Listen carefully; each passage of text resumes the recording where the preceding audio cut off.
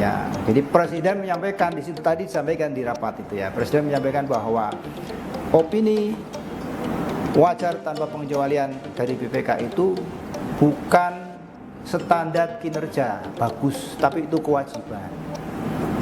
Itu disampaikan tadi. Kewajiban maksudnya untuk mendapatkan WTP, jangan WDP begitu. Ya, asumsinya harusnya kalau tata kelola itu sudah baik pasti mendapatkan WTP. Tapi itu bukan istilahnya prestasi gitu. Tapi itu kewajiban. Artinya WTP itu harus sudah menjadi keniscayaan. Menyangkut kas daerah. APBD kita baik-baik aja kan? Saya sih masih berprasangka positif ya. Insya Allah baik-baik saja. Masalahnya kan saya belum pernah dapat informasi, Pak, ini kita emergency. Kan saya belum pernah dapat informasi itu. Ya saya masih berpikir baik-baik saja. Nah mungkin bisa jadi ada cara-cara yang dalam tanda kutip ya, misalnya bagaimana agar potensi itu bisa lebih maksimal. Kan kemarin 2023 kita launchkan contoh misalnya jalan. Saya pernah menyampaikan di beberapa rapat ya, di rapat Badan Anggaran, seandainya satu orang anggota DPRD diberi kesempatan untuk mengadvokasi satu ruas jalan dalam rentang waktu setahun, satu ruas jalan, berarti setahun itu ada 40 ruas jalan yang kondisinya baik gitu.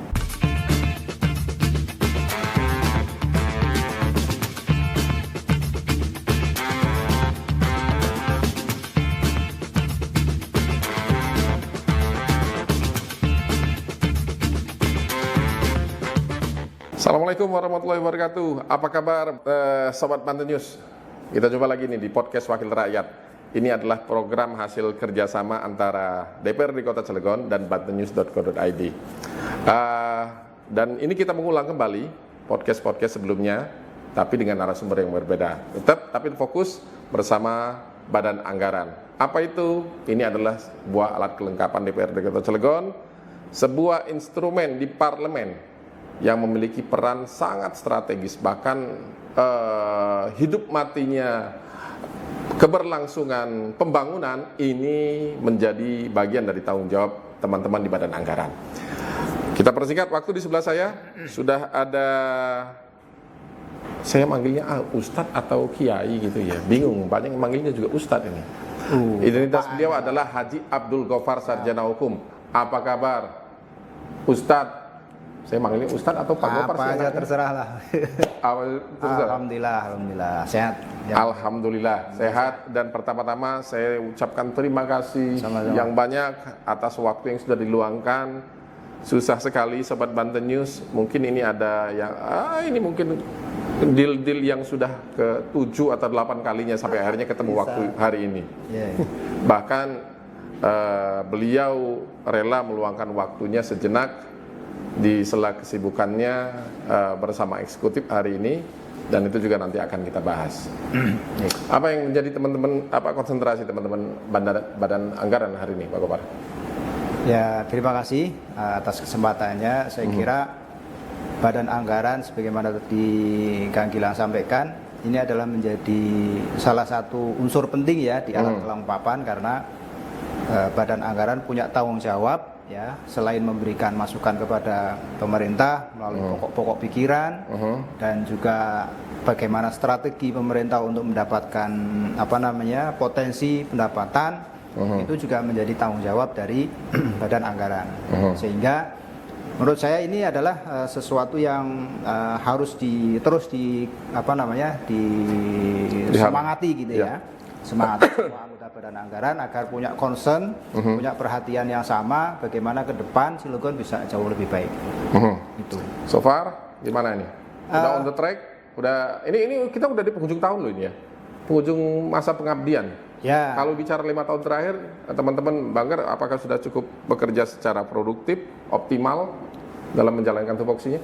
Kalau ukuran kami itu kan sifatnya menetapkan target kuantitatif. Ya. Selain juga kita bisa mengukur pelayanan secara kualitatif. Jadi ini yang menjadi tanggung jawab kami kan bersama TAPD menentukan target, menyepakati apa yang akan dilakukan oleh eksekutif. Ya, terutama terkait dengan potensi-potensi pendapatan dan bagaimana nanti pola penggunaannya.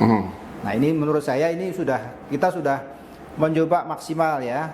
Kalau kita trace back ke belakang ya di awal-awal 2014 ketika potensi PAD Cilegon masih di angka mungkin di bawah 300 miliar, sekarang kan sudah di angka 800-an kira-kira ya. Nah, itu kan dari mulai 2014 teman-teman di Badan Anggaran terutama itu punya concern agar bagaimana terus PAD Kota Cilegon bisa terus naik.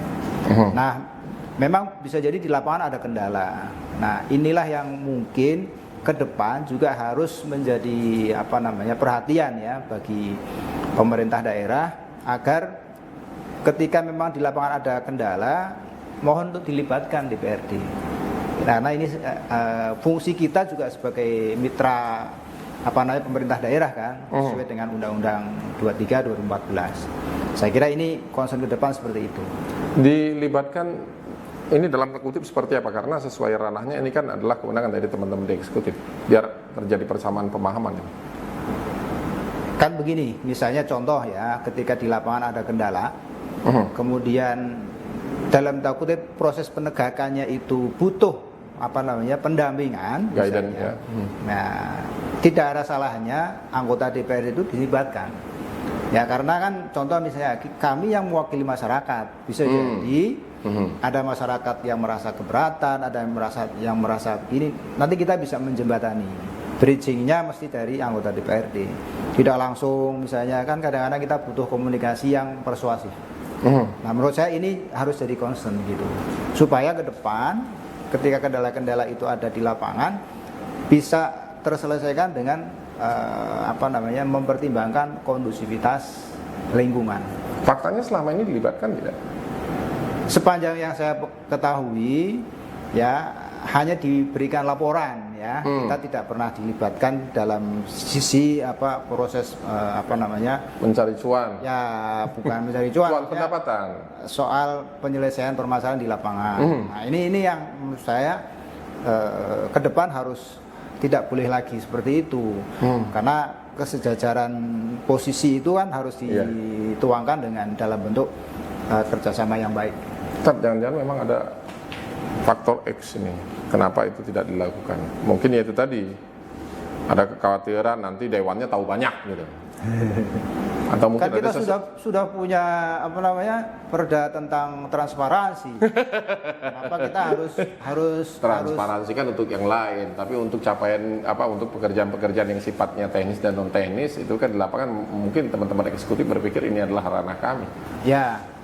Tapi ketika baru ada masalah baru ajak dulu dewannya. Nah, kan itu berarti satu kebiasaan atau praktek manajemen yang kurang bagus ketika ada masalah baru datang gitu kan.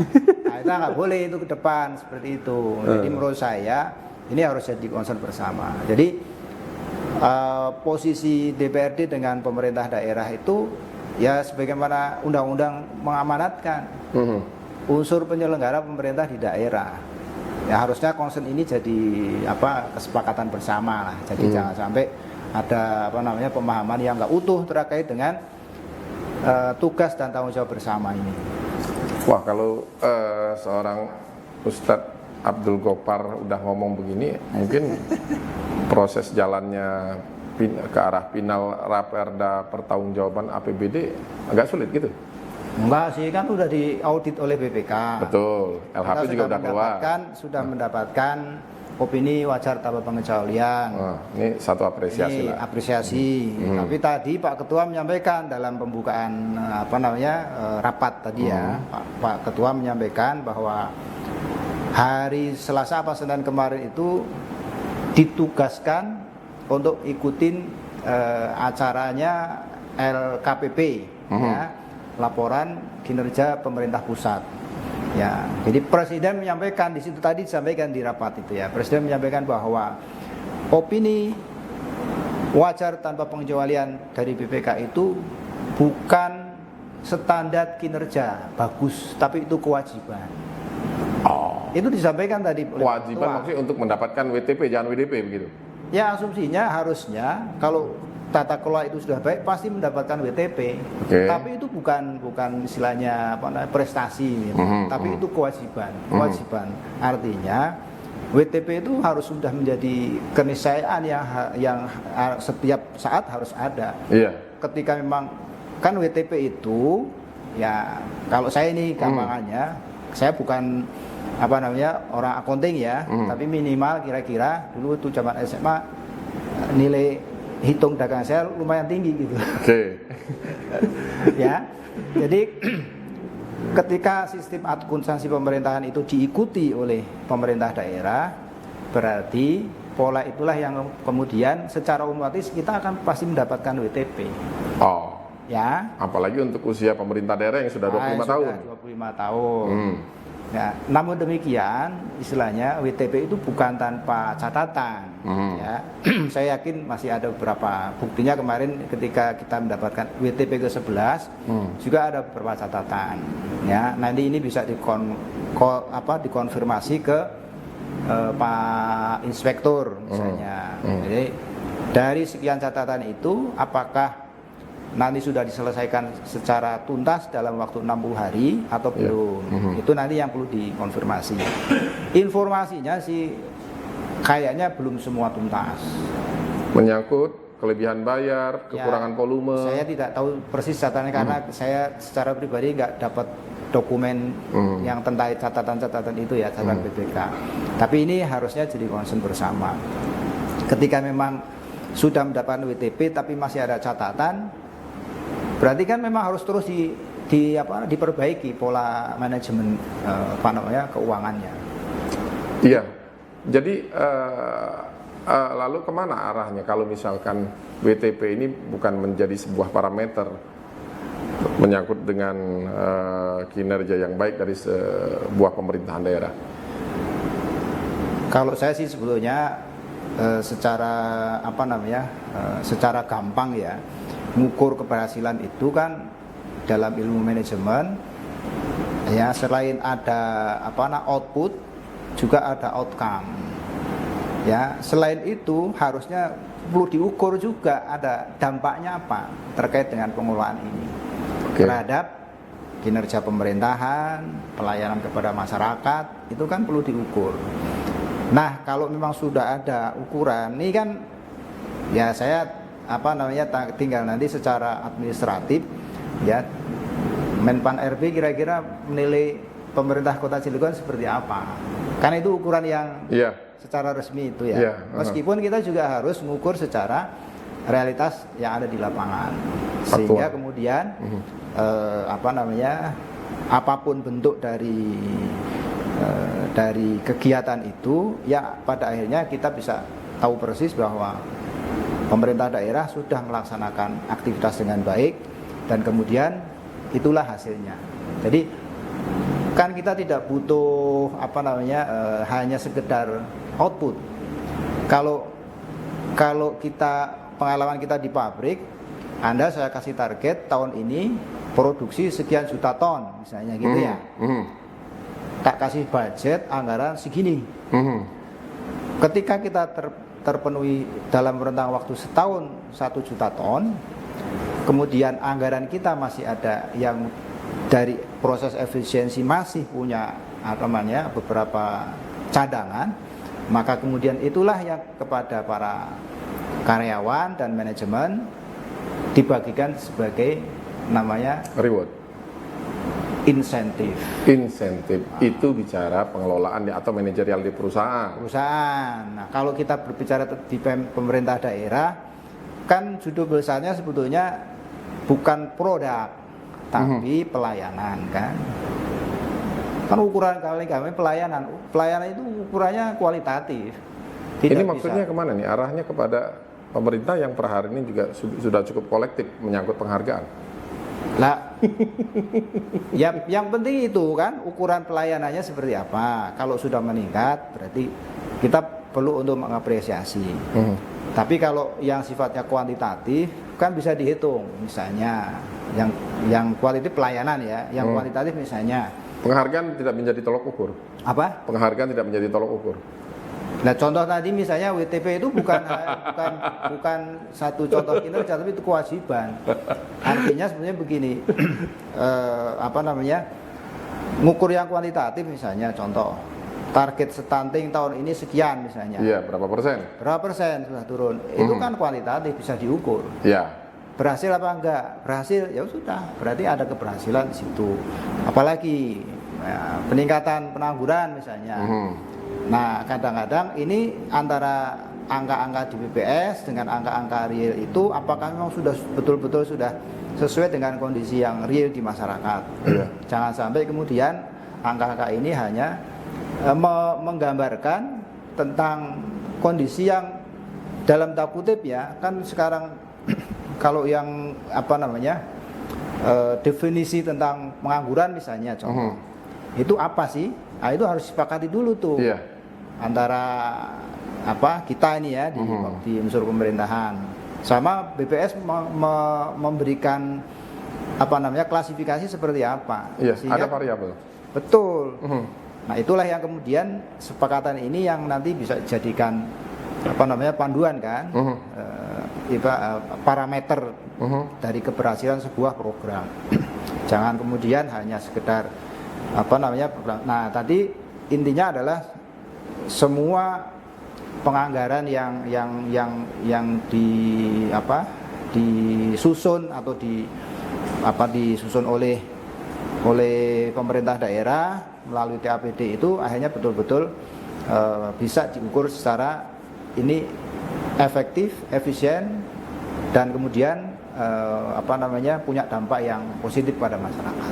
Baik, oke, sahabat Banten News, ini sekilas apa yang disampaikan oleh Pak Abdul Ghaffar.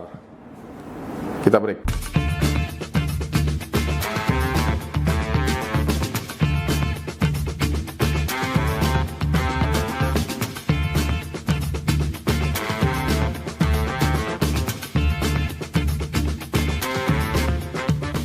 Sobat Banten News, podcast Wakil Rakyat kita lanjutkan. Ini adalah hasil kerjasama antara DPRD Kota Cilegon dan juga Banten News Co.id. Dan kita masih bersama anggota Badan Anggaran DPRD Kota Cilegon yang sekaligus juga merangkap sebagai Ketua Komisi 3 DPRD Cilegon dari fraksi Partai Keadilan Sejahtera, Haji Abdul Ghaffar, Sarjana Hukum. Kita lanjutkan, tapi hari ini kita nggak bahas bicara Komisi 3 ya. Memang ada singgungan atau irisan-irisan antara Banggar dan juga Komisi 3 menyangkut juga mitra komisi dan lain sebagainya. Tapi kita fokus pada Badan Anggaran hari ini. Tat, kalau sedikit buka-bukaan ini, sebelum kita bahas lebih lanjut mengenai kondisi keuangan daerah per hari ini, keluh kesah simpang siur dan juga ada mungkin bisik-bisik, bukan bisik-bisik tetangga, bisik-bisik birokrat ya, dan juga di halayak publik juga mengenai kondisi keuangan daerah hari ini. Keluh kesah itu menyangkut ada narasi kekosongan kas, defisit lah, atau apapun itu, dan sehingga mengancam pada satu kebijakan katanya akan dilakukan refocusing atau penyesuaian anggaran. Bahkan faktual hari ini informasi juga menyangkut ada beberapa institusi dinas yang mulai dilakukan efisiensi. Kalau saya sih melihat sisi optimisnya saja ya, kita sebagai anggota DPRD terutama di Badan Anggaran, kalau menurut saya sih kita ambil sisi optimisnya. Jadi ketika 2023 masih ada silpa yang itu bisa dalam bentuk kas atau setara kas misalnya di atas 100 miliar, itu sebetulnya kan modal awal untuk bagaimana kita memanage pemerintahan daerah ini di tahun 2024 ya. Ini kalau saya salah bisa dikoreksi ya ini. Kan kita punya anggaran sisa lebih ya. Tahun 2023 kalau dokumen yang sudah diaudit kan sekitar 102 miliar. Ya. 102 miliar lebih. Yang dalam bentuk kas sekian, dalam bentuk kas di BUMD sekian, itu kan ada. Gitu. Ini kan modal awal kita manage-nya. Tentu di awal-awal triwulan pertama bisa jadi proyeksi yang kita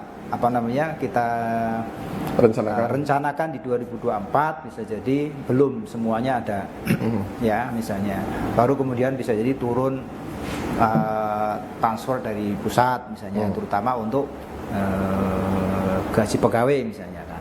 Tapi ini kan kegiatan itu pasti tetap harus berlangsung, terutama sisi pelayanan. Dari mana ya? Kita kan bisa kalau judulnya kita punya, kalau diibaratkan, dianalogikan pemerintah daerah ini sebuah lembaga tertentu misalnya yang istilahnya produknya juga pelayanan misalnya, kan kita bisa menganalogi gitu ya. Kita punya modal loh untuk setahun depan ini, modal awal 100 sekian miliar. Iya, meskipun itu silpa. Ya, dalam bentuk silpa dari 2023. Dari 2023. Kan ini bukan sedikit, bukan sedikit. Ini bisa kita kelola untuk melakukan kegiatan-kegiatannya. Sifatnya pelayanan pasti harus. Sambil kemudian kita nyari sarana untuk bisa mendapatkan potensi-potensi pendapatan, terutama pendapatan asli daerah, yang kemudian ya mau tidak mau saya harus digali. Gitu. Dari mana yang masih, misalnya 2023, di mana yang belum optimal, belum maksimal perolehannya misalnya. Kan kita bisa, sekarang kan ada sarana akademisi, kita bisa minta pendapat atau bagaimana kita secara persuasi dengan terutama karena kita dikelilingi oleh industri, ya dikumpulin aja coffee morning, kan nggak ada salahnya gitu. Kalau itu tadi dikatakan optimalisasi dari silpa yang ada dan juga tetap sambil collect money ya dari pendapatan. Ya. Itu sebatas saran seorang Abdul Ghoffar atau memang sudah dilakukan oleh pemerintah daerah silpa ini? Ya ini mah pendapat saya ya. Tapi menurut saya itu juga harusnya dilakukan oleh pemerintah daerah. Artinya belum dilakukan? Harusnya sudah. Kalau saya belum. Untuk pemanfaatan silpa 102 miliar ini? Harusnya sudah. Kalau kemudian belum dilakukan, ya kebangetan itu namanya. Kalau 102 miliar ini belum dipakai gitu kan, kan judulnya kas atau setara kas. Gak mungkin dong kita sudah 1 semester belum pernah dilakukan ini, terus uangnya untuk apa gitu kan. Kita memotret sekilas nih terjadi kelumpuhan di beberapa lembaga perangkat daerah. Sekarang kita ini aja, misalnya dari potensi 102 itu misalnya, berapa sih di triwulan pertama yang kira-kira bisa dipakai untuk kegiatan yang sifatnya besar misalnya gitu kan, untuk kegiatan yang sifatnya besar dan ada dampak kepada masyarakat yang tadi saya sampaikan. Tidak hanya sekedar output, tapi outcome-nya apa, dampaknya apa gitu. Nah, kalau ini bisa dilakukan secara efektif dan efisien, menurut saya nggak ada masalah. Sambil kan potensi pendapatan itu bisa diukur gitu kan, dari tahun ke tahun. Apalagi dengan Undang-Undang 1 2022 tentang HKPD sudah dipatok itunya. Yang diharapkan seperti apa? Outputnya positif atau politik ini? Positif ya. Bukan politik ya? Bukan politik. Positif, kita berbicara realitas yang ada di lapangan. Jadi potensi pendapatan. Kalau kita melihat berita kan, isu Cilegon itu kota daerah nomor 4 petrodolar terkaya di Indonesia kan gitu katanya. Nggak main-main ini. Main-main. Kita punya potensi APBD itu, kalau kemarin targetnya 2023 2, sekian, ya realisasinya 1,9 kan. APBD, PAD-nya di angka targetin 900 atau 800, kita di angka 700 sekian misalnya. Itu kan kecapai sekitar 91%. Iya. Jadi menurut saya ini juga potensi yang besar. Dan semua kegiatan yang bisa dilakukan oleh Pemda itu memang jujur harus diakui, itu ya dari potensi PAD yang bisa kita olah untuk kegiatan yang sifatnya produktif maupun konsumtif, itu kan dari PAD. Informasi yang diperoleh seorang Abdul Ghoffar so far gimana menyangkut kas daerah? APBD kita baik-baik aja kan? Saya sih masih berprasangka positif ya. Insya Allah baik-baik saja. Masalahnya kan saya belum pernah dapat informasi, Pak, Pak, ini kita emergency. Kan saya belum pernah dapat informasi itu. Ya saya masih berpikir baik-baik saja. Nah, mungkin bisa jadi ada cara-cara yang dalam tanda kutip ya, misalnya bagaimana agar potensi itu bisa lebih maksimal. Kan kemarin 2023 kita loss kan di BPHTB yang pajak air tanah juga. Bisa jadi pajak air tanah ya. Kalau retribusi kan katanya melampaui target. PBB. Ya, PBB 2P ya. Kalau retribusi kan karena unsur pelayanan ya, perizinan dan sebagainya, misalnya itu nilai target. Meskipun ini juga harus kita gali terus gitu. Jadi kalau saya bilang harusnya potensi ini sudah bisa diklasifikasi. Sekarang kan udah naikin tarif PBB, ya kan, untuk zona industri. Berarti itu kan proyeksi itu ya. Harusnya lebih besar. Ya, meskipun kita juga harus paham ada beberapa yang pertama harus disiasati dengan diskon misalnya, supaya orang itu betul-betul punya concern membayar gitu. Jangan sampai kemudian betul-betul wah saya dinaikin nggak mau bayar lah, nanti didenda, biarin aja gitu kan. Artinya itu salah satu cara. Itu bisa dilakukan diskon seperti itu. Bukannya toleransi atau apa? Contoh misalnya kebijakan fiskal itu kan salah satu di antara misalnya dendanya 0% misalnya kayak gitu kan. Tinggal bayar denda aja, tapi bisa jadi dendanya 0%. Tapi pokoknya tetap kan gitu misalnya kan. Kan itu salah satu cara. Bukan amnesti tapi ya. Bukan amnesti ya. Bukan amnesti. Kalau amnesti berarti kan diputihkan dalam tanda kutip ya. Misalnya ada yang nunggak tahun kemarin misalnya, berapa nunggaknya? Bisa jadi nunggaknya kan nggak semuanya. Nunggaknya yang harusnya bayar 100 baru 50 misalnya. 50 nunggak. Kan ini bisa disiasati. Udahlah, nggak usah bayar dendanya, 50-nya storin ke sini. Kan gitu bisa. Semudah itu kan? Itu kan kesepakatan tergantung. Nah, masalahnya kalau memang kita ambil kebijakan itu ya diskusi sama DPRD gitu. DPRD yang selama ini hanya turut bersama-sama merumuskan, merencanakan dan memparipurnakan. Ya, DPRD turut bertanggung jawab nggak sih kalau kondisi pendapatan kita hari ini yang dalam tanda kutip masih jauh dari angan-angan? Memang kita itu hanya sampai satuan 2, tidak sampai satuan 3. Maksudnya? Ini mekanisme ya, kita hanya sampai ke kebijakan. Oh ya. Tidak sampai ke eksekusi. Nah, itu wilayahnya sebelah sana. Wilayahnya nanti inspektur lah gitu ya, pengawasannya inspektur. Kita kebijakan. Meskipun demikian harusnya ada informasi balik ke institusi DPRD. Pak, kita ada kendala ini, gitu misalnya. Kita minta bantuan, nggak ada salahnya begitu. Di mana-mana begitu. Iya, ponepren. Misalnya ada wajib pajak, wajib retribusi yang bandel. DPR ini dilibatkan. Iya. Itu supaya nanti ketika kita komunikasi, kan kita mewakili masyarakat. Bisa jadi masyarakat itu butuh untuk diadvokasi, misalnya difasilitasi dan sebagainya. Pak, kita lagi belum longgar misalnya, terus mau kapan, kan bisa begitu caranya. Jangan sampai pleng sekian. Tahu-tahu nggak mencapai target barulah DPRD kena getah. Kemudian ketika memang sudah bertahun-tahun akhirnya tidak ini, kan jadi terus nambah terus kan, kasihan juga wajib pajak, wajib retribusinya. Oke, Sobat Jus, menarik perbincangan kita. Kita break.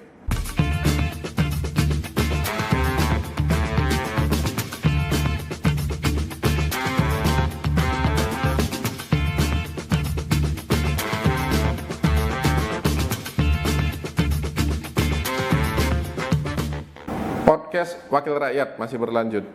Ini adalah program kerjasama antara DPRD Kota Cilegon dan bantennews.co.id, masih bersama Haji Abdul Ghaffar SH.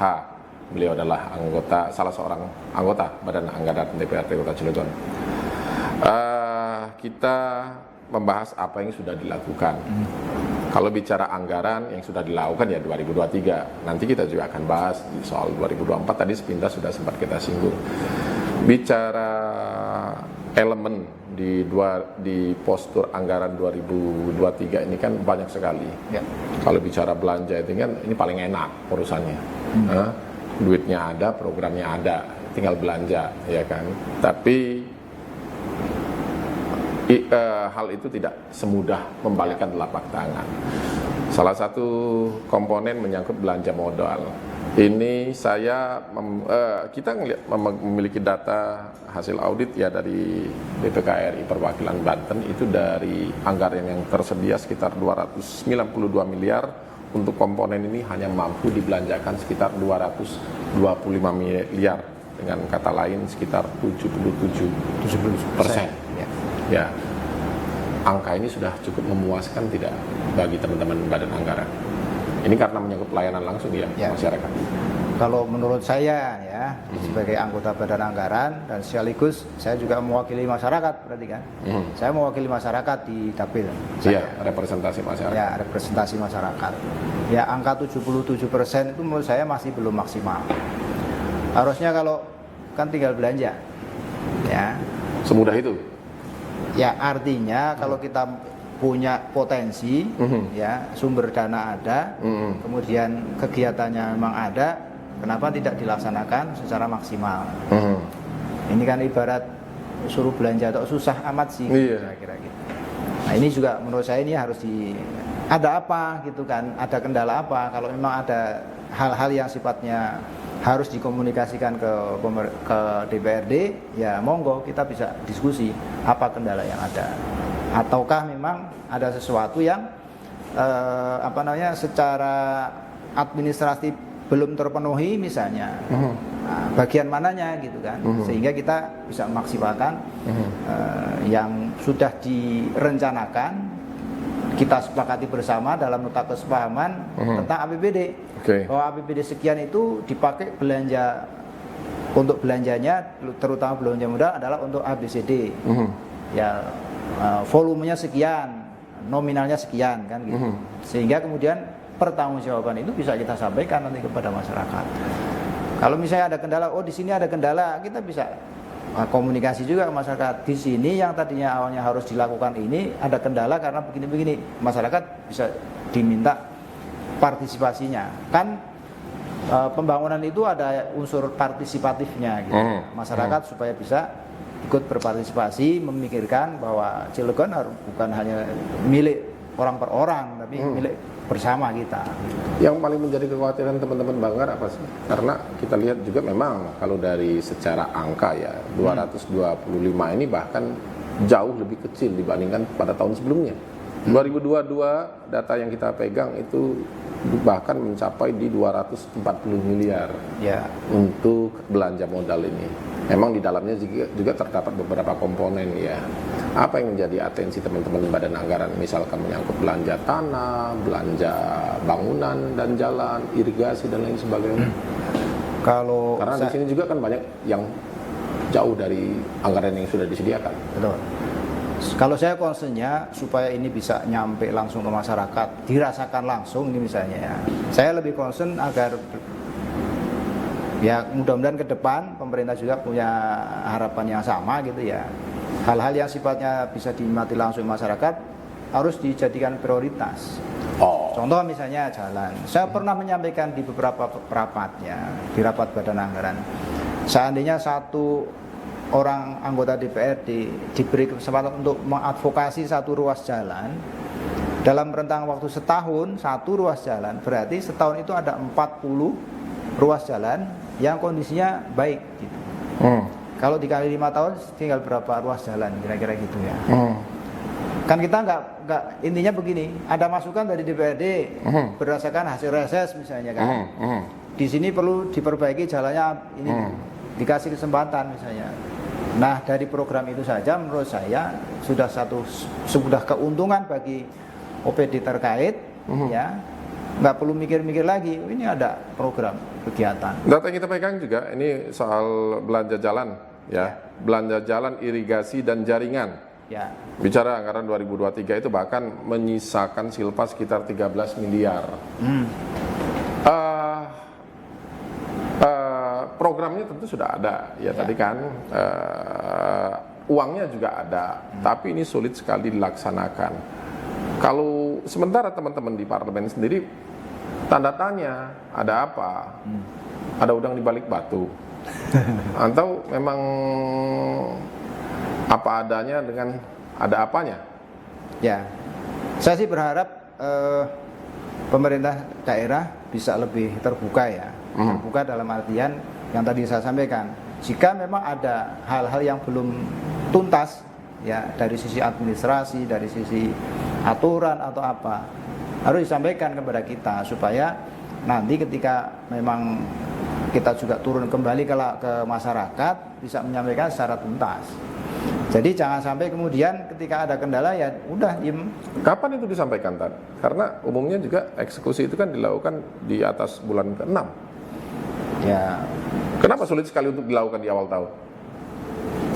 saya tidak tahu persis apa permasalahan di sebelah ya. Ya.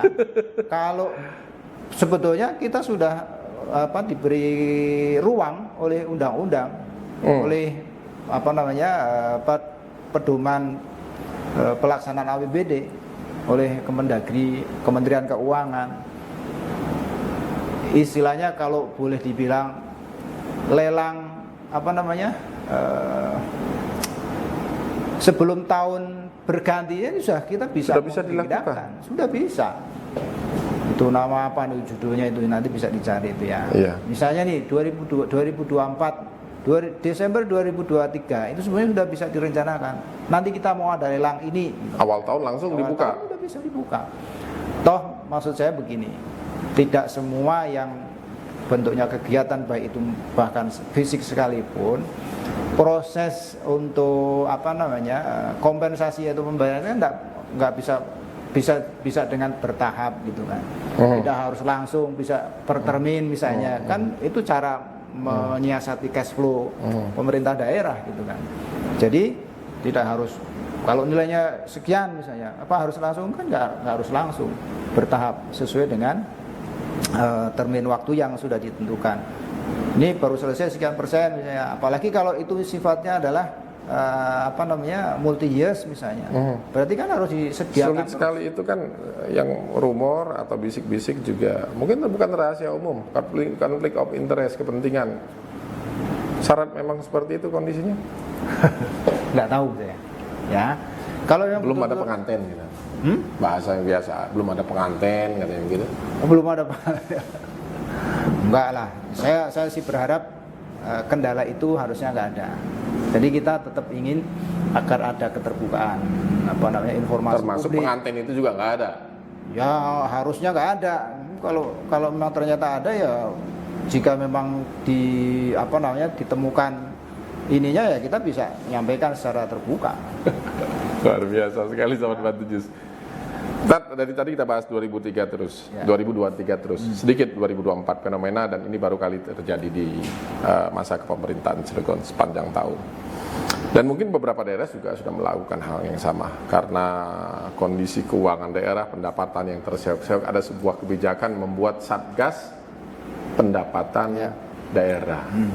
Siapa mereka, apa mereka, dan apa yang menjadi tugas utamanya, mungkin Sobat Bantu juga perlu tahu nih Pak. Tentu teman-teman Badan Anggaran juga sedikit banyak sudah memahami hal ini. Ya. Secara detail saya belum dapat informasi ya. Secara detail nih. Siapa mereka dan tugasnya apa? Cuman saya sempat mengkonfirmasi ke BPKPAD. Sebetulnya kira-kira maksud dari Satgas pendapatan itu apa gitu ya. Nah, jawaban yang singkat adalah mudah-mudahan ini bisa membantu. Judulnya begitu, membantu, mengkoordinir, kemudian mencari solusi kira-kira gitu ya. Nah, tinggal nanti ini kan mengukur efektivitas kinerja. Ya. Apa yang sudah dilakukan selama ini setelah dibentuk itu apa saja? Nanti kita bisa konfirmasi kepada yang ditunjuk ya. Kan ini kalau nggak salah Asda 2 kan, Asda 2. PLH Asda 2. Ya, Asda 2. Nah, mudah-mudahan ini nanti bisa ditanyakan juga oleh awak media ini kira-kira Satgas itu sudah melakukan apa gitu kan. Jadi dengan kata lain kita juga pengen menegaskan tadi yang dikatakan oleh Ustadz Gopar, lagi-lagi Dewan tidak dilibatkan maksudnya. Saya nggak tahu terus terang. Nggak, artinya begini, kita tidak pernah, saya terutama ya di komisi 3 kan saya ketua komisi 3, kebetulan anggota Badan Anggaran. Komisi 3 yang notabene Membidangi pendapatan, membidangi koordinasi, membidangi pendapatan dan pengelolaan aset. Ya selama pembentukan itu kita nggak pernah, belum ya, saya nggak tahu apakah jangan-jangan pimpinan yang sudah dikonfirmasi gitu kan. Saya belum pernah dilibatkan. diminta hadir, Pak kita mau ngadain Satgas pendapatan gitu. Saya belum. Kalau ke pimpinan yang lain wallahu alam saya nggak tahu. Iya. Intinya gitu. Figur wakil rakyat yang penuh harapan. Tapi ya itu tadi bicaranya harapan doang. Ya. Ustadz Abdul Gopar, terima kasih waktunya sudah diluangkan. Senang sekali nih. Tapi Sobat Pantun, kalau kita bicara anggaran tidak akan pernah tuntas dalam satu hari. Ya. Mereka aja bahkan rapatnya bisa berhari-hari, bukan satu hari. Tapi biasanya di luar daerah, tapi sekarang udah nggak lagi di luar daerah, tapi di dalam kota. Siap. Terima kasih, Sama-sama. sukses selalu Sama-sama. Ustadz Abdul Gopar. Demikian Sobat Banten News, podcast Wakil Rakyat, hasil kerjasama antara Banten News Co.id dan juga DPRD Kota Cilegon. Saya Gilang Patah undur diri. Wassalamualaikum warahmatullahi wabarakatuh. Salam.